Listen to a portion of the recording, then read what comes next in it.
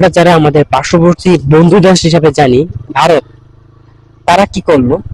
আমাদের দেশের ঘুমন্ত মানুষের উপরে তাদের সেই ব্যারিকেড ছেড়ে অসংখ্য মানুষ এখন ফেনী, নোয়াখালী, কুমিল্লা এবং তার আশেপাশের এলাকাগুলো এখন পানির তলে। অসংখ্য শিশু বাচ্চা, অসংখ্য বয়স্ক লোক, অসংখ্য আমাদের মতো ভাই বোনেরা আজকে বিপদে আছে। আসসালামু আলাইকুম guys, and welcome my Facebook page and YouTube channel. আসলে আমার দেশটা এখন আর ভালো নেই, বলতেই হয় যে এই মুহূর্তে দেশের যে অবস্থা, নিজেও ভালো থাকার মুহূর্ত দেখছি না, এবং আমি যে বলবো আপনারা সবাই ভালো আছেন সেই মুহূর্তটা এই মুহূর্তে নেই।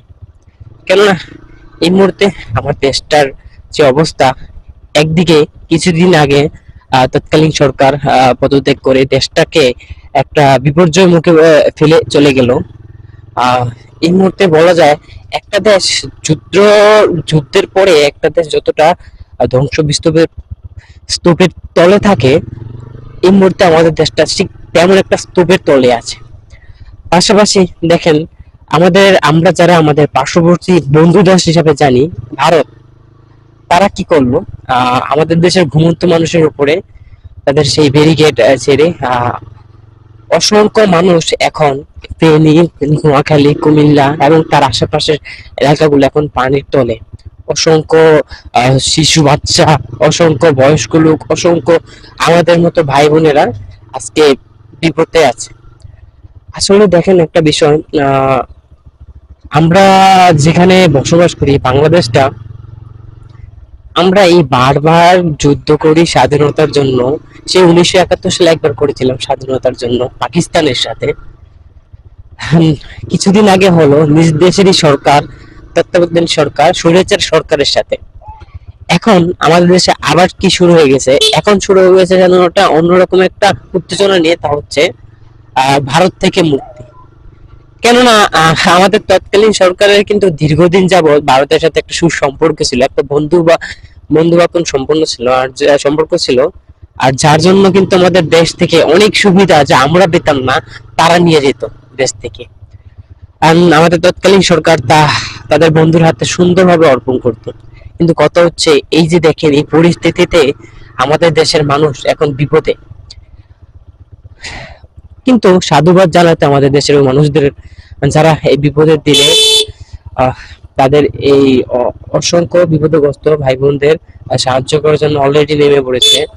ভাই বোনেরা, অসংখ্য সংগঠন, অসংখ্য আমাদের বড় ভাইয়ারা, বড় আপুরা, অসংখ্য সেলিব্রিটিরা এই মুহূর্তে রাস্তায় নেমে গেছে তাদেরকে হেল্প করার জন্য, সাহায্য করার জন্য। সেলুট জানাই তাদের।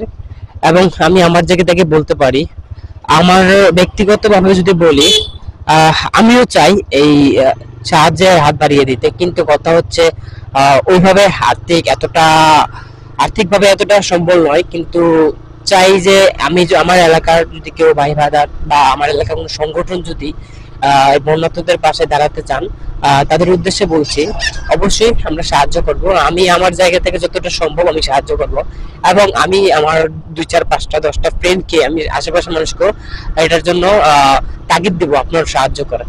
কেননা দেশটা আমাদের এই মুহূর্তে, আমাদের সকলের দরকার দেশটার জন্য ঝাঁপিয়ে পড়া, দেশটাকে রক্ষা করা, দেশের মানুষকে রক্ষা করা। এই যে দেখেন, আজকে আপনি আমি ভালো খাচ্ছি, ভালো থাকছি, কিন্তু আপনার সেই এই মুহূর্তে এই পানিবন্দী মানুষগুলো ভালো নেই, তাদের জন্য আমাদের এগিয়ে যাওয়া দরকার। আজকে আপনাদের মনে রাখতে হবে যে এই ফেনী, এই নোয়াখালী, এই কুমিল্লা, সিলেট কিন্তু আমাদের দূর দেশের কোনো ভাই বোনেরা না, তারা কিন্তু আমাদের দেশেরই, আমাদের মাতৃভূমিরই। তাদের বাঁচানোর জন্য কিন্তু আমাদের প্রত্যেকটা ব্যক্তির এখন এগিয়ে আসা দরকার। যার যতটুকু সামর্থ্য, আসুন আমরা নিজ এলাকার সংগঠন যদি তারা যদি সাহায্যের জন্য আসে, তাদেরকে সাহায্য করি। আর যদি না হয়, যদি দেখা গেছে আপনার এলাকায় কোনো সংগঠন এখন এগিয়ে আসে নাই, তাহলে আমরা পারি, বর্তমানে আমরা আপনার বাংলাদেশে আমাদের একটা ইসলামী ফাউন্ডেশন আছে, আনসুন্নাহ ফাউন্ডেশন। আমরা কিন্তু ফাউন্ডেশনে তাদের দেখবেন ভেরিফাই ফেসবুক পেজ, তাদের অলরেডি তাদের ফেসবুক পেজের মাধ্যমে বিভিন্ন লিংকের মাধ্যমে তারা তাদের সাহায্য নিচ্ছে, বিকাশ, রকেট ব্যাংক অ্যাকাউন্টের মাধ্যমে। আমরা কিন্তু তাদের সাহায্য করতে পারি। যার যতটা সামর্থ্য, আপনি 10 টাকা পারলে 10 টাকা দিয়ে কিন্তু সামর্থ্য, আপনার সামর্থ্য অনুযায়ী আপনি সাহায্য করতে পারেন। এতটুকু বলবো দেশের মানুষের কাছে, এখনই সময় আপনার যতটুকু সামর্থ্য আছে ততটুকু দিয়ে সাহায্য করে তাদের পাশে থাকুন। কেননা বিপদ কিন্তু বারবার আসে না, আর বিপদ কিন্তু বলবে আসে না। একটা সময় এমন হতে পারে আপনি আপনি বিপদে পড়তে পারেন এবং আপনাকে সাহায্য করার জন্য অসংখ্য মানুষ এগিয়ে আসবে। তার জন্য আমি বলি, এখনই সময় দেশের মানুষের বিপদে এগিয়ে আসুন, তাদেরকে সাহায্য করুন। এবং যারা যারা এই বন্যার মুহূর্তে বন্যাত এলাকায় যাচ্ছে সাহায্যের জন্য বা তাদেরকে সাহায্য করার জন্য যাচ্ছেন, অবশ্যই আপনার লাইফ জ্যাকেট এবং স্পিড বোট কিংবা নৌকা নিয়ে যাওয়ার চেষ্টা করবেন, কেননা ওইদিকে প্রচুর পানি এবং পানির স্পিডটা অনেক। এবং এটাই বলবো, হ্যাঁ, বিপদে মানুষদের সাহায্য করতে গিয়ে অবশ্যই নিজেরাও সেফে থাকার চেষ্টা করবেন। ভালো থাকবেন। আমাদের এই ফেনী, নোয়াখালী এবং খাগড়াছড়ি যারা পাহাড়ি এলাকায় আছেন, প্লাস সিলেটে কুমিল্লায় যারা আছেন, তারা যার যার জায়গা থেকে আপনারা একটু চেষ্টা করুন সেভে থাকার। এবং যারা তাদেরকে সেভ করতে যাচ্ছেন তারা নিজেরাও চেষ্টা করবেন সেভে থেকে এই সাহায্য কাজ চালানোর জন্য।